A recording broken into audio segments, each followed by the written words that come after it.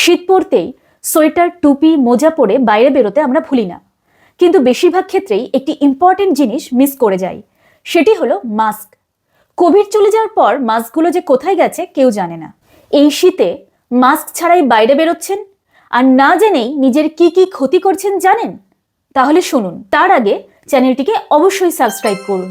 শীতকাল মানেই শুধু ঠান্ডা বাতাস নয়, এই সময় বাতাসের এয়ার কোয়ালিটি ইন্ডেক্স বা AQI হঠাৎ বেড়ে যায়। মানে বাতাসের পলিউশন, ডাস্ট, স্মোক এসবের কনসেন্ট্রেশন বেড়ে যায়। এসব মাইক্রোস্কোপিক কণাগুলি যখন শ্বাসের সাথে লাংসের ভিতরে ঢোকে তখন লাংসের মধ্যে ইরিটেশন, ইনফ্লামেশন এসব শুরু হয়। ফলে হাঁচি, কাশি, শ্বাসকষ্ট, হাঁপানি বা অ্যাজমা অ্যাটাক, ব্রঙ্কাইটিসের রিস্কও অনেক বেড়ে যায়। ঠিক এখানেই মাস্ক সাইলেন্ট বডিগার্ডের মতো কাজ করে।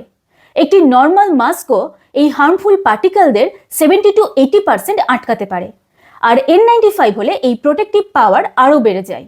তাই এই শীতে মাস্ক পরে নিজেকে সুরক্ষিত রাখুন আর ভিডিওটি শেয়ার করে নিজের কাছের মানুষদের সুরক্ষিত থাকতে সাহায্য করুন।